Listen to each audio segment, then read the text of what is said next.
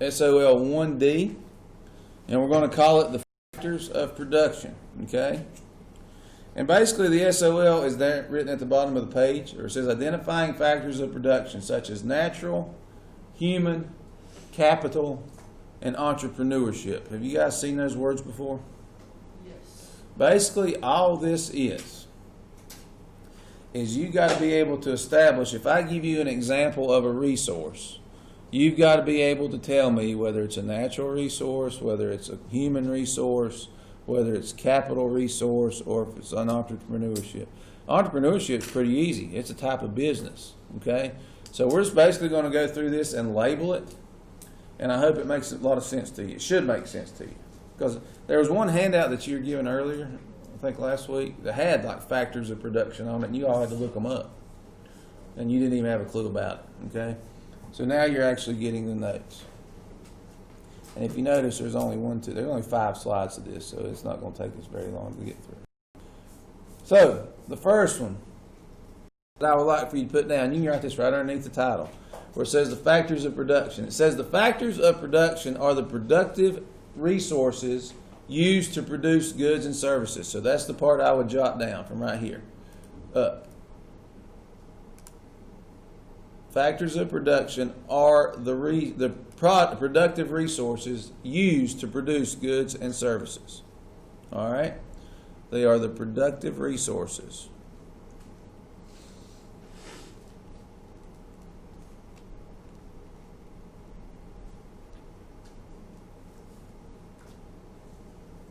That are used to produce goods and services.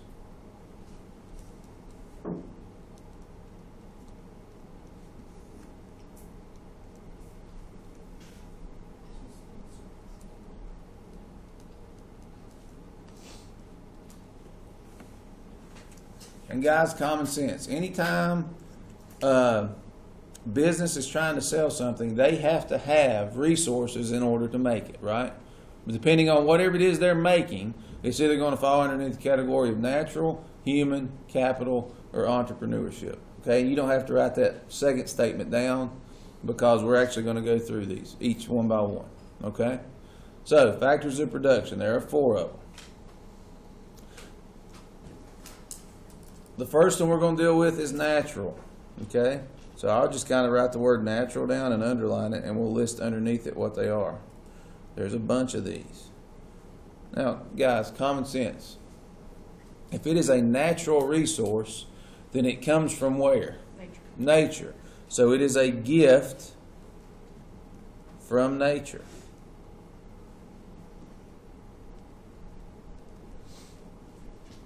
Okay? A gift from nature. That means it is without human intervention. What do I mean by that? Without humans producing it. Yeah, humans have absolutely nothing to do with this. It is all natural. It comes from the earth, comes from the sky, whatever. It does not have any type of human intervention.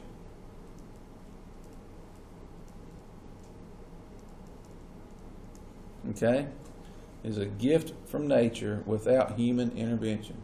And then I just simply listed some examples, and we need to write those down because I want you don't have to write them all down, but I want you to write enough of them down to know. And it's pretty simple. Obviously, air, water,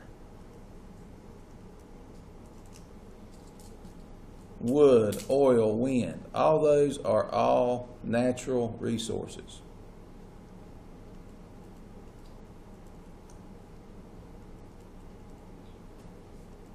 Do we use any of that on a day-to-day basis?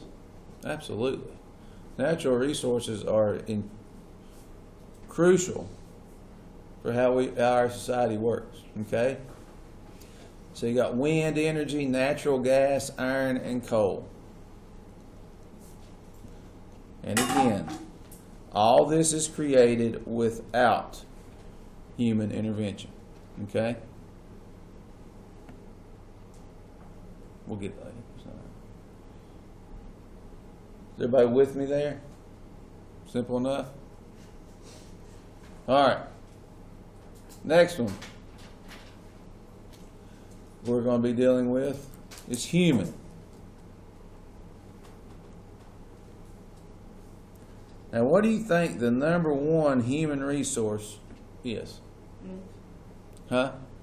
I get that. What do you think our number one resource is as being a human? What do we sell to businesses? Our what? What? Time in a fashion of what? You're right, Jackson. We said, like, I'm selling Carroll County Public Schools time right now, right? My time. And what are they giving me in return for that? Money. So, in essence, I am selling my labor, right? So, a human resource, it says that it refers to the effort of people in which is applied to the production of goods and services. So, we're just going to put that it's the effort. The effort of people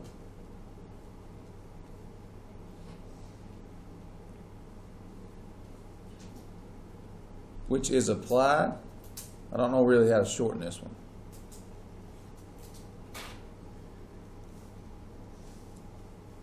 To the production of goods and services.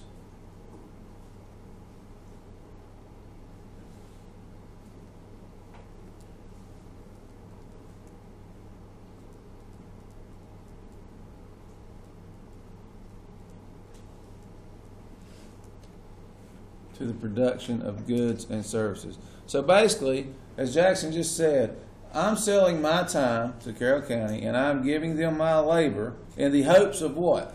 What is the good and service that I am trying to produce? What am I trying to get you guys to do right now? Understand basic economic principles, right? Right? So I'm selling my labor in the hopes that you can pass a work keys test in 85 days or whatever happens. Y'all with me? So basically, any example for a human, and again, we need to jot these down because, guys, I'm going to be honest with you. I'm literally just going to make a list of these, and I'm going to ask you to tell me whether it's human capital, natural, whatever. Y'all got me? So the more of these examples you write down, the better off you'll probably be. Okay? So as far as human resource examples, the first one there is your work. That should say ethic, not effort. I misspelled that. So your work ethic. I'm sure you guys have heard 1,000 times, the more work ethic you have, the better off you'll be later in life. You know, the more willingly you are to work. So your work ethic. And guys, that goes both physically and mentally. What do you think I mean by that? Physically by what? Like actually hard labor, right? Like a construction worker or a carpenter or a plumber. Someone who physically has to use their hands, their bodies for their job. You guys understand that? So that's physically and mentally. Such as like a mentally, believe it or not, your teachers. I know you guys think we're all dumb, but you know, physically and mentally. And then obviously they use it to produce goods and services. Mentally, be like a doctor or a lawyer. You know, they use their brain more than they use their physical body to try to create goods and services. Okay? Is everybody good on the natural and human side of this? Does that make sense to you guys? Yes, Mr. Bertram, you make complete sense. All right. Thirdly, the next one is capital. Okay? Capital.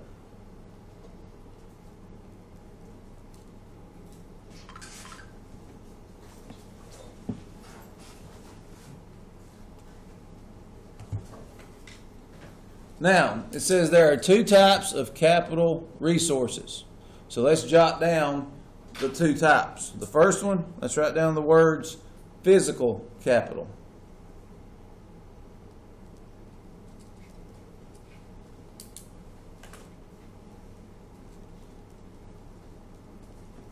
Physical capital. Now, in your notes it says that physical capital refers to man-made goods, such as tools. Okay? So, beside of physical capital, I'd simply write down man-made tools. And guys, there's a list a mile long that we could put for that. But at the bottom, I did list a few as far as the physical capital goes, such as equipment,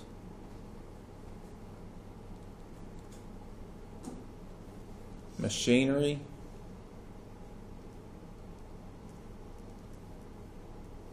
Things that we build with our hands, you can see. That's physical capital. All right?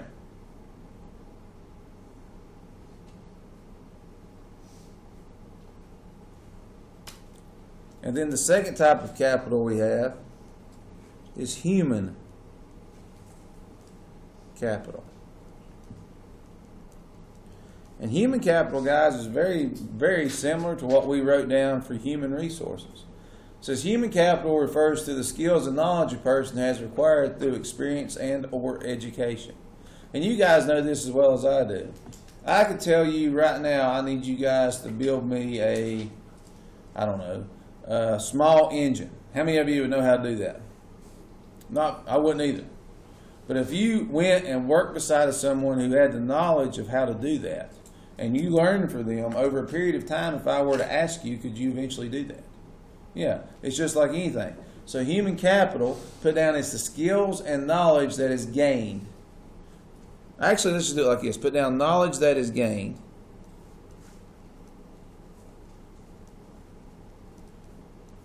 Knowledge that is gained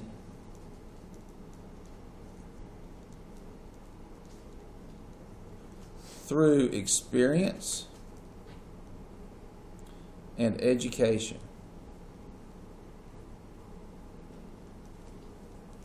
Okay? Now, way back in 7th grade when you guys took civics and economics, you guys talked about capital as being money. Y'all remember that. Money is also capital, but they don't use money as a resource because is it something that you can continuously have? No, you can actually run out of money, right? I've done it bunches of times, okay?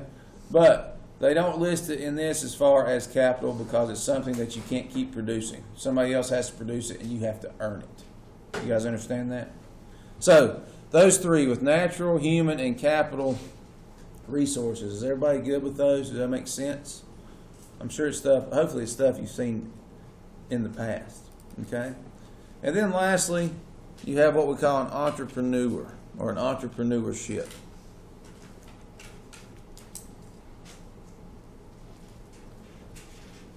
Does anybody in here know what an entrepreneur is?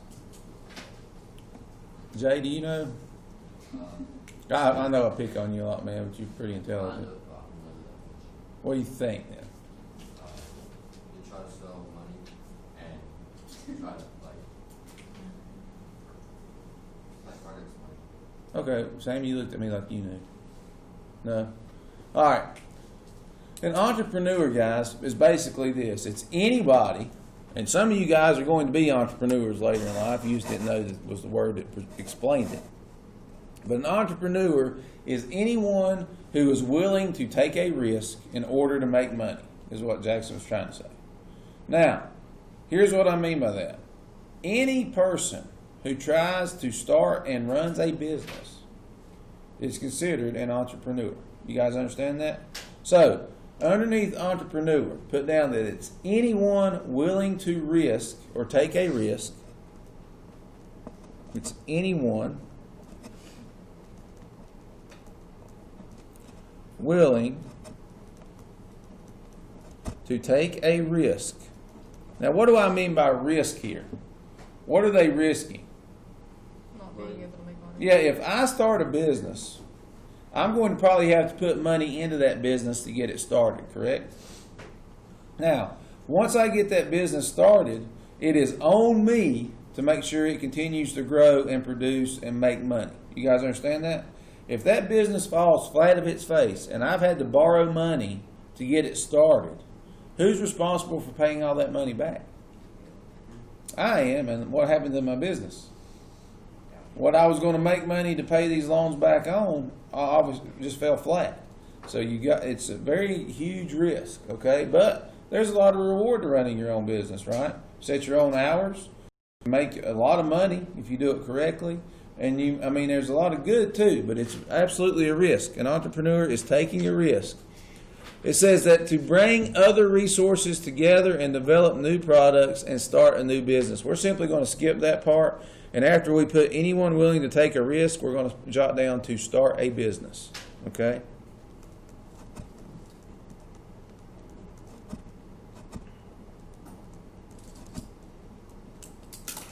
Do any of you guys have parents who run their own business? No? Any of you guys run your own business? No. Y'all lazy. No. My sister tried like 2 years ago, and she just. Yeah. My mom- I've got buddies. Now I have like a Your mom does? starts She has a salon in her basement. That's absolutely business. What you got? My dad's trying to open a restaurant. Oh yeah, around here? No, in Outer Banks. Okay, nice. Seafood, Yeah. smart. What you got, Jay? I sold candy bars in 6th grade. Pretty sure that was a fundraiser, but so, if you didn't sell them, you probably didn't get to go though, right? Yeah. Okay, I'm with you. I'm with you. I've got buddies that I went to college with that went and got like a geography degree, but now he runs a hardwood flooring company. He had no business background whatsoever, and he probably makes more money than I ever will putting hardwood floor down. Never knew how, just started it. Like, I'll try this. Got another buddy who started a pistol shooting company in Colorado. I thought he was crazy. All of a sudden, boom, got it figured out. You know, people do that. People take risks all the time. You know, you got to give your hats off to them. All right, so an entrepreneur is anyone willing to take a risk to start a business, okay? It says they recognize opportunities like working for themselves and accepting challenges. And then it says entrepreneurs accept the risk in organizing resources to produce goods and services because they expect to earn a profit. Now, that's the big key here. Put a star beside what we're about to write down next. The only reason entrepreneurs exist, guys, is they are trying to make what? Money. They're trying to make money. So they're trying to make a profit. All this is in hopes of making a profit.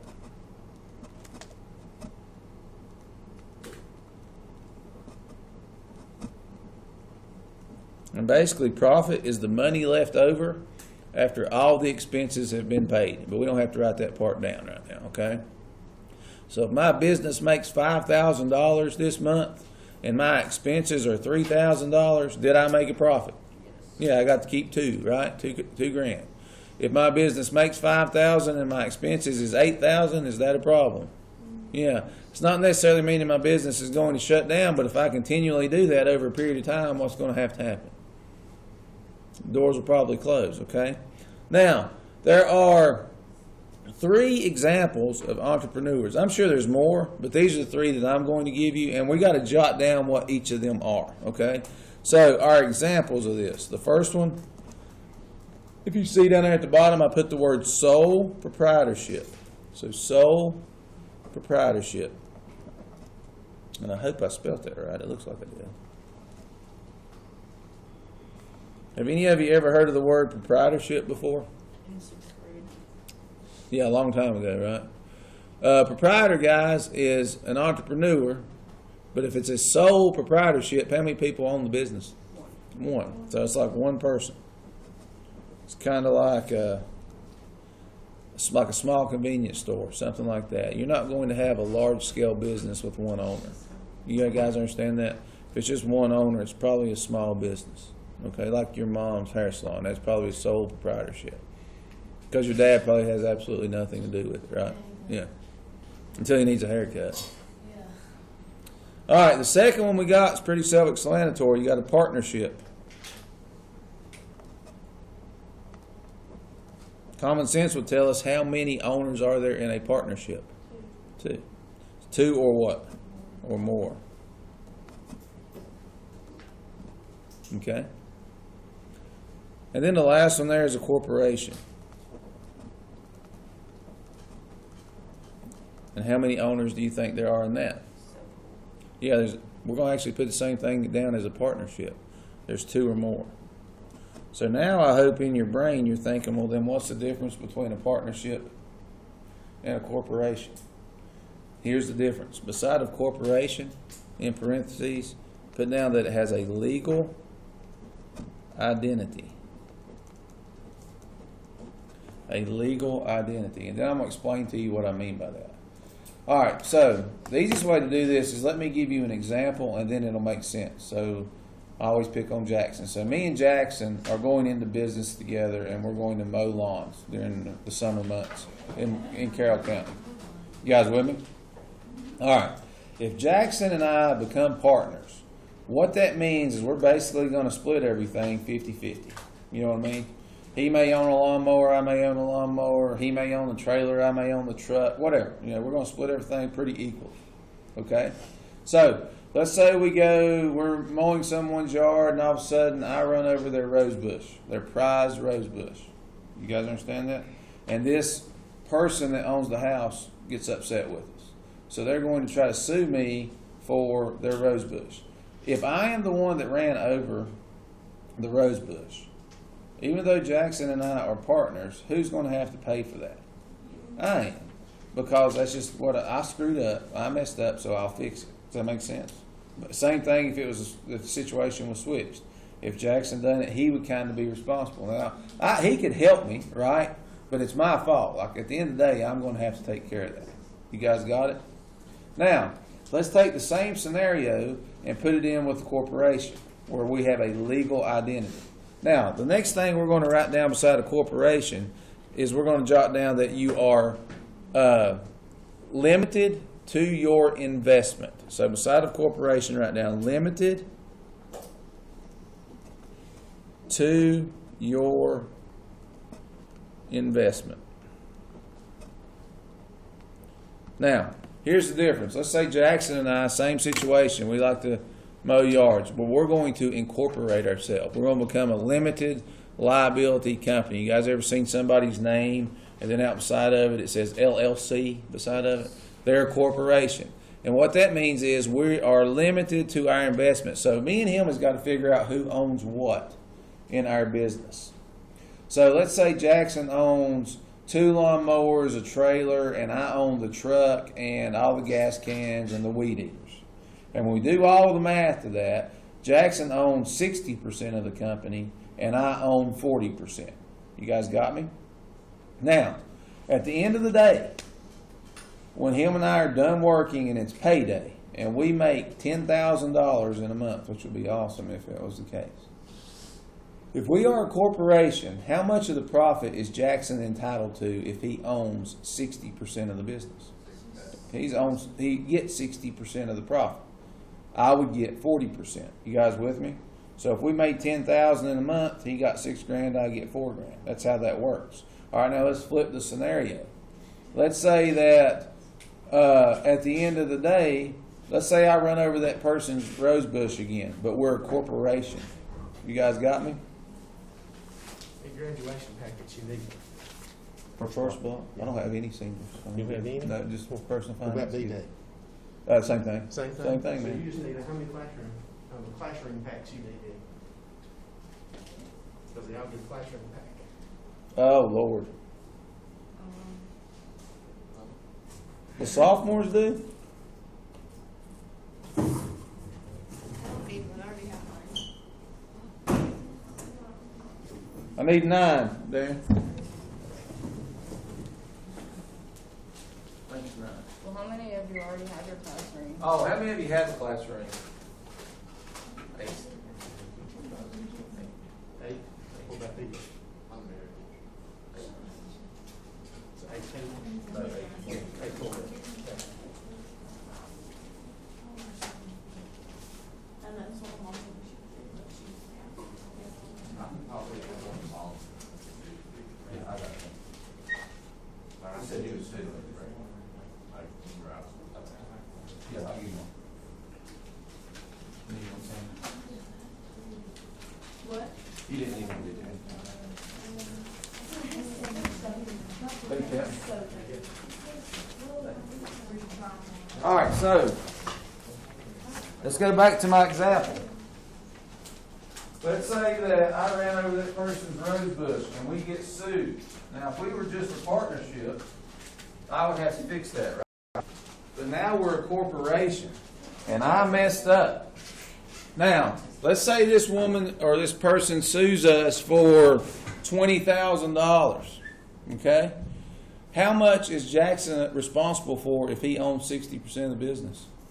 He's on the hook for 60% of it, while I'm on the hook for 40% of it. Even though it was my fault, we're a corporation. You guys see how that works? Yeah. So there's the difference in them. Okay? Now, Does anybody have any questions as far as the types of resources that we're dealing with? Does that make sense?